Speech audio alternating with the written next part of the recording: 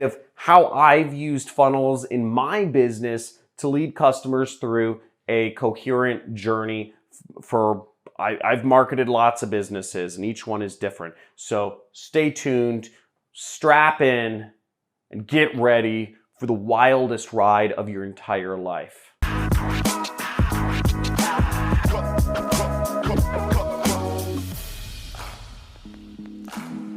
Okay, the subject is not really that exciting. You're not going to be in the wildest ride for your life. But if you come over with me, understanding how sales funnels work and understanding how to lead customers or prospects on a coherent journey from beginning to end has just totally revolutionized my ability to be a marketer and make money from the internet. You know, my business model is I do affiliate marketing, which means I market other people's products and earn a commission if I sell some of their stuff. And I've made millions of dollars online. Last month I made like $690,000, which is like mind blowing. But it's really cool because if you understand marketing, you can really just work from your laptop and do anything. Now, what sales funnels are is basically, you know, marketing has evolved. You don't just, you know, have a customer click on your link and click buy and purchase a product. Marketing is a lot more complicated than that. Most customers don't just want to click on a website and be told to buy something. What you need to do is you need to lead people on a journey. Sometimes you need to convince people why they need to purchase a particular product. In other cases, you need to filter and understand what product is best to offer that particular customer. In other cases, you shouldn't even be selling things online at all. You should actually be, you know, getting that customer to get on the phone with you. Every situation is different, okay?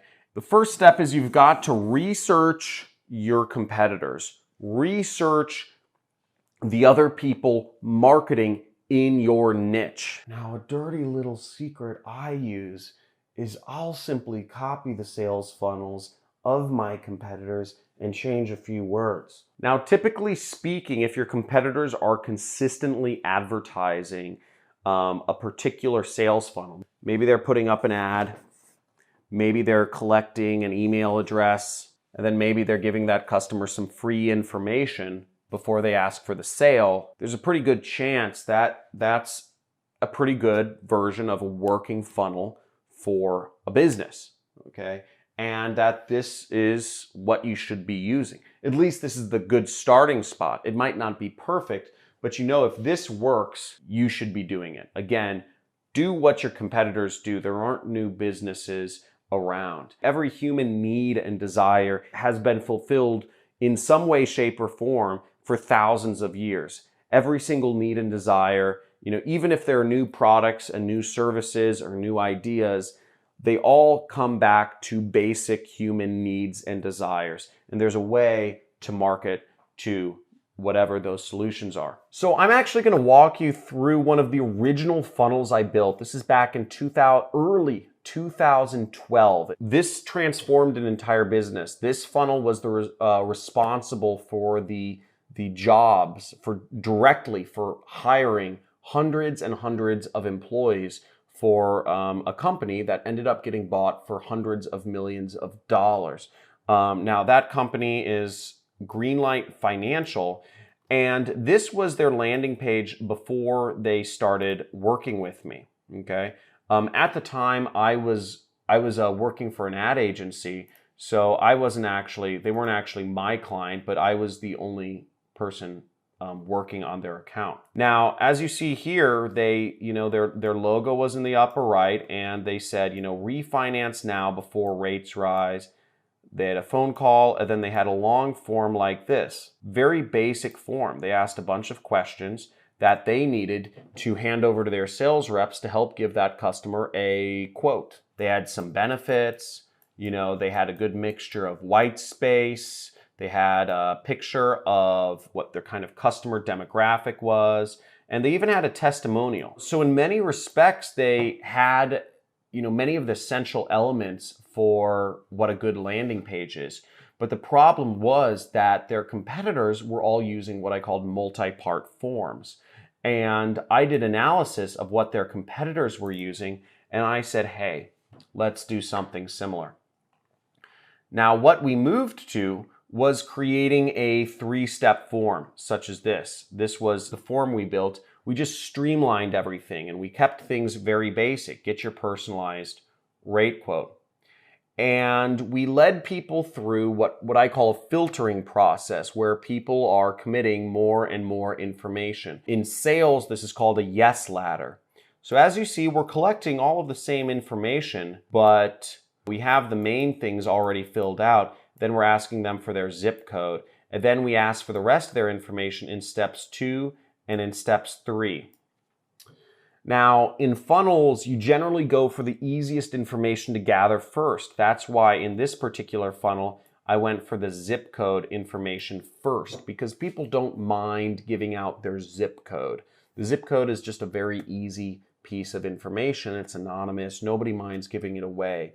But as people progressed from step 1 to step 2, and then from step 2 to step 3, there are increasing amounts of commitment. Each click of the mouse somebody makes, they are more and more willing to give more personal information, because in their mind, they're more vested in the actual funnel. They've spent more time. They've by clicking, it's like an investment. This is one of the reasons why 86% of Facebook users never click the audio button on Facebook ads, on Facebook videos. Because if you click that button on a Facebook video, it's like you're committing to watch the whole video, right? Or it's like you're committing to the video in some way, shape, or form.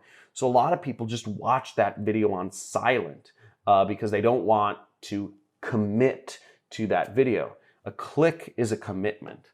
And, I use that to my advantage here. So I asked for little pieces of information, which made people more likely to give me their name, phone number, and email address at the end. And as you'll see, the second step, it was just an easy step. All they had to do was really click continue. And then the third step was asking them for their information, name, email, phone number, cell phone, and address. We made it really easy. And this form, if you look above, let me actually bring up the raw data. My version of the website ended up converting leads 55% better. So that means for the same amount of money, I was getting the company 55% more leads from their spend. So that means if they were spending $100 to get 2 people contacting them, they were now getting 3 people contacting them. So their business grew exponentially, and what happened was they actually started, over time, we split tested that page to make it work even better. And the result was I was able to take this company, which was a client of mine at the time, I was just consulting, from spending about $100,000 a month on in online advertising to spending $2.2 million per month in online advertising, because what we did with our new sales funnel was so unbelievably effective. And the entire reason that this campaign worked so well was because we implemented these new landing pages, okay, this new funnel. So that's the power of funnels. If you have a better marketing funnel, you're going to make more money, okay, plain and simple. Look at what your competitors are doing and copy their marketing funnels. You don't need to copy word for word, but copy the layout, copy the flow. Is your competitor using a survey or questionnaire to filter people? Are your competitors giving away free information at a certain point? Are your competitors giving away a free demo or a quote or an audit? That's how you build sales funnels. You don't need to make it too complicated. Check what your competitors are doing and try to do something similar. You can there are all sorts of fancy trainings out there that will tell you way more complicated ways to do things, way more complicated ways to figure out what the best flow is or what the best funnel is for your business. Don't make it complicated. Look at your competitors, look at similar companies that are spending lots of money in advertising, that are getting lots of likes or shares on their ads, or that are putting lots of ads on Google, and simply create the same sort of flow for you and your business.